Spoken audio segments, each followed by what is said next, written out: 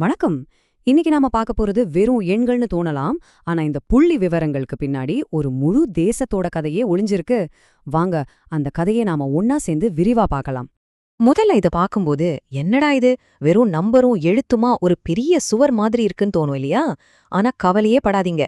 இந்த சிக்கலான தகவலை எப்படி சுலபமா புரிஞ்சுக்கலான்னு தான் நாம இப்போ பார்க்க போறோம். சரி, வாங்க விஷயத்துக்குள்ள போலாம். முதல்ல இந்த தகவல்கள் எப்படி ஒரு கட்டமைப்பா இருக்குங்கிறத புரிஞ்சுக்கிட்டோம்னா மத்த எல்லாமே நமக்கு ரொம்ப தெளிவா புரிய ஆரம்பிச்சிடும். இங்கே இருக்கிற ஒவ்வொரு வரியும் ஒரு உள்ளூர் சமுதாயத்தை குறிக்குது. அதாவது ஒரு கிராம சேவையாளர் பிரிவு. இது ஒரு 4 அடுக்கு அமைப்புக்கு கீழே வருது. இந்த அமைப்பு இருக்கிறதுனால தான் இவ்ளோ பெரிய நாட்டோட மக்கள் தொகை விவரங்களை கூட ரொம்ப எளிதா கையாள முடியுது. ஓகே, இப்போ இந்த அமைப்பு எப்படி வேலை செய்யுதுன்னு நமக்கு ஒரு ஐடியா கிடைச்சிருச்சு. அடுத்ததா நாட்டுல எந்தெந்த பகுதியில மக்கள் எப்படி பரவி வாழ்றாங்கன்னு ஒரு பறவை பார்வையில பார்க்கலாம். வாங்க. இந்த படத்தை பாருங்களேன். மக்கள் தொகையில எவ்ளோ பெரிய வித்தியாசம் இருக்குன்னு.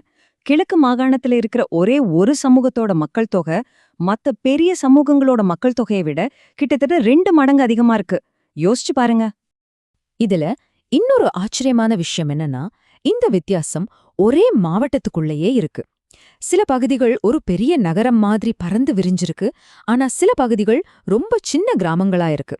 மக்கள் எங்க வாழ்றாங்கன்னு தெரிஞ்சிட்டது மட்டும் இல்லாம அங்க யார் வாழ்றாங்கன்னும் இந்த தரவுகள் நமக்கு சொல்லுது. அதாவது அவங்களோட வயசை வச்சு பார்க்கும்போது தீவு முழுக்க பல சுவாரஸ்யமான கதைகள் நமக்கு தெரிய வருது. 2 வெவ்வேறான பகுதிகளை ஒப்பிட்டு பார்த்தா சில சமூகங்கள் இளைஞர்களோட சக்தியால ஜேஜேன்னு இருக்கு. ஆனா சில சமூகங்கள்ல வயதானவங்க தான் அதிகமா இருக்காங்க. இதனால அவங்களுக்கான தேவைகளும், அதாவது ஸ்கூல் அதிகமா வேணுமா இல்ல ஹாஸ்பிட்டல் அதிகமா வேணுமாங்கிறது முற்றிலும் மாறுபடுது இல்லையா?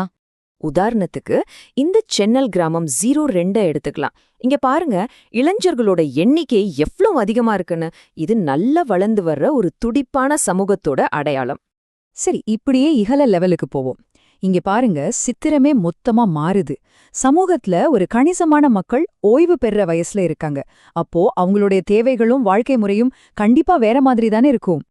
இப்போ ஒரு சின்ன கேம் மாதிரி விளையாடலாமா? நம்ம கிட்ட இருக்கிற இந்த முழு தரவே வச்சு இருக்கிறதுலே மிகப்பெரிய சமூகம் எது, மிகச்சிறிய சமூகம் எதுன்னு நாம கண்டுபிடிக்க போறோம். முதல்ல இந்த தரவுலையே இருக்கிற மிகப்பெரிய ஊரோட மக்கள் தொகை எவ்ளோ இருக்கும்னு நினைக்கிறீங்க? சும்மா ஒரு யூகத்தை சொல்லுங்களேன். பதில் நம்பவே முடியாத அளவுக்கு 12,000 பேர். ஆமாங்க, காதிராபுரம்ங்கிற ஒரே ஒரு நிர்வாக பிரிவுல மட்டும் 12,000 பேர் இருக்காங்க. இதுவே ஒரு குட்டி நகரத்துக்கு சமம். அப்போ இருக்கிறதுலே ரொம்ப சின்னது எது? வாங்க பார்க்கலாம். இன்னொரு பக்கம் பூமடுவாங்கிற ஒரு குட்டி கிராமம். இங்க இருக்கிற மொத்த மக்கள் தொகையே வெறும் 48 பேர் தான். யோசிச்சு பாருங்க, ஒரு பஸ்ஸுக்குள்ளேயே மொத்த ஊரையும் ஏத்திட்டு போயிடலாம். சரி, இந்த அமைப்பை புரிஞ்சுக்கிட்டோம். சில சுவாரஸ்யமான கதைகளையும் பார்த்தோம். அப்போ இதிலிருந்து நாம எடுத்துக்க வேண்டிய முக்கியமான விஷயங்கள் என்னென்ன? நம்ம என்ன தெரிஞ்சுக்கிட்டோம்னா, தரவுகளோட அமைப்பை புரிஞ்சுக்கிறது மூலமா மக்கள் தொகை அடர்த்தி, வயசு வித்தியாசம், சமூக அளவுன்னு பல விஷயங்கள்ல இருக்கிற வியக்க வைக்கிற பன்முகத்தன்மையை நம்மளால பார்க்க முடியுது.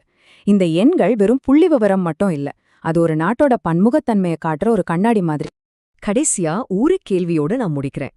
நாம பார்த்த இந்த விஷயங்கள் எல்லாம், அதாவது ஒரு இடத்துல இளைஞர்கள் அதிகமா இருக்கிறதும் இன்னொரு இடத்துல பெரியவங்க அதிகமா இருக்கிறதும், மக்கள் தொகை அடர்த்தியில இருக்கிற வித்தியாசமும் இலங்கையோட எதிர்காலத்தை எப்படியெல்லாம் மாத்தி அமைக்கலான்னு நீங்க நினைக்கிறீங்க? யோசிச்சு பாருங்க.